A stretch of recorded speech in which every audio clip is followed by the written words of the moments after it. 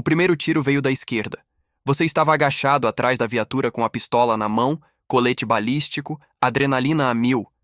E no meio do tiroteio mais intenso que havia vivido em 11 anos de farda, teve um pensamento que não deveria ter naquele momento.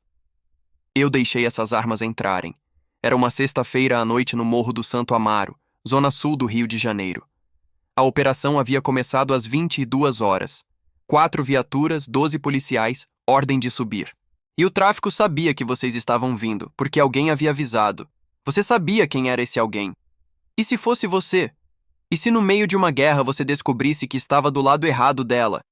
Se inscreve no canal e curte esse vídeo, porque essa história vai te mostrar que a verdade não espera o momento certo para chegar. Você entrou na polícia aos 25 anos acreditando que fazia a diferença. Filho de porteiro, criado em Campo Grande, zona oeste do Rio. A farda era orgulho de família. A foto na parede da sala, o pai que chorou no dia da formatura, a mãe que colocou uma bíblia no porta-luvas do carro com um bilhete para quando você precisar. Os primeiros anos foram de rua, suor e pouco dinheiro. O batalhão que cobria o Santo Amaro era pesado, comunidade dominada, tráfico estruturado, violência constante. Você aprendeu a linguagem do morro, aprendeu a sobreviver, aprendeu a distinguir quando o silêncio era paz e quando era armadilha. E aprendeu aos poucos como o esquema funcionava. O sargento mais antigo explicou sem rodeios numa noite de plantão. A gente não acaba com o tráfico, a gente negocia com ele. Ou você está dentro, ou você é obstáculo. O primeiro envelope chegou uma semana depois. Você guardou e não devolveu. 3 anos depois, você não recebia mais envelope. Você organizava a logística. Garantia as janelas de operação, repassava informações de inteligência e, numa tarde de julho, intermediou a entrada de fuzis desmontados em caixas de material de construção. Não atirou, não carregou. Mas as armas entraram. E você sabia.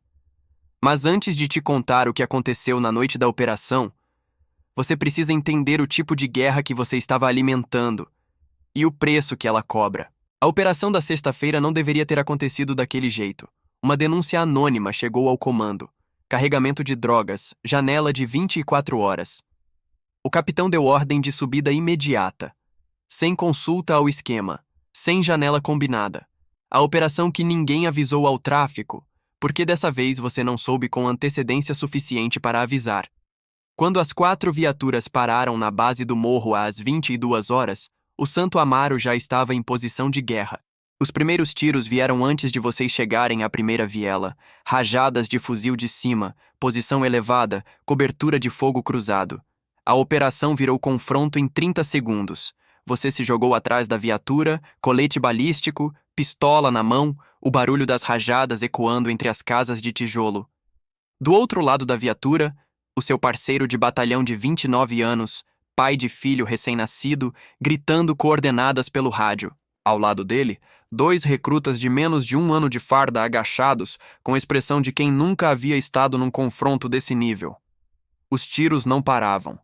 E você reconheceu o som de 2 dos fuzis, o modelo, o ritmo das rajadas, porque havia garantido a entrada deles 3 semanas antes. Você conseguiria segurar a arma sabendo disso? Continue. Porque o que aconteceu nos próximos 20 minutos vai te mostrar o que é estar no lado errado de uma guerra que você mesmo armou. O confronto durou 40 minutos. 40 minutos de tiro cruzado, avanço e recuo pelas vielas do Santo Amaro, casas de tijolo, becos escuros, a luz fraca dos postes sendo o único referencial de posição. Você avançou, atirou, recuou, cobriu, fez tudo o que o treinamento mandava.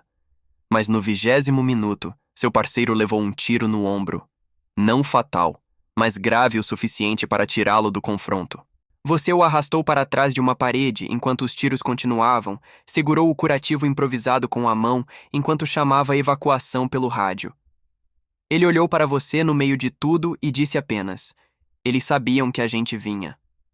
Você não respondeu. No 30º minuto, o reforço chegou e o tráfico recuou para o alto do morro. O confronto esfriou. 3 policiais feridos, nenhum fatal. 2 suspeitos detidos. Um arsenal apreendido, incluindo 2 fuzis que você reconheceu. Você ficou parado numa viela do Santo Amaro às 11 da noite, colete furado de estilhaço, a mão ainda com o sangue do parceiro, olhando para os fuzis apreendidos no chão. E então lembrou da Bíblia no porta-luvas. O que aconteceu quando você abriu aquela Bíblia vai te mostrar que Deus escolhe os momentos mais impossíveis para falar mais alto. Se inscreve no canal e curte esse vídeo. Cada história aqui foi feita para te fazer pensar, sentir e crescer. Você não foi direto para casa depois da operação. Ficou sentado no carro no estacionamento do batalhão por 2 horas. O rádio desligado. O colete furado no banco de trás. A mão ainda tremendo levemente da adrenalina do confronto. Pegou a Bíblia do porta-luvas, a mesma que estava lá desde o dia da formatura, intacta, nunca aberta. Abriu sem saber onde. João 8,32. E conhecereis a verdade, e a verdade vos libertará.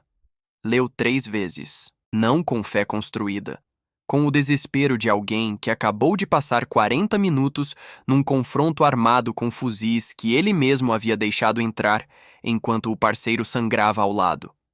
A decisão mais cara foi tomada naquela madrugada.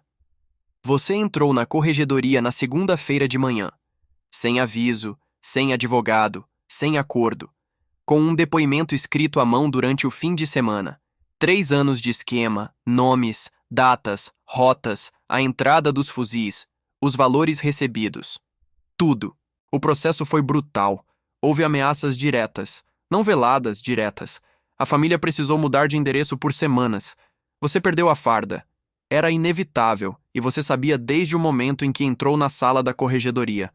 Mas a investigação aberta pelo seu depoimento identificou outros 4 policiais no esquema e desmontou parte da logística de armamento do morro. Não foi suficiente para desfazer tudo. Nunca é. Mas foi verdade. E foi a primeira vez em 3 anos que você dormiu sem acordar no meio da madrugada. 18 meses depois, você trabalhava como vigilante num shopping em Campo Grande. O mesmo bairro onde cresceu. Salário de vigilante, apartamento alugado, rotina simples.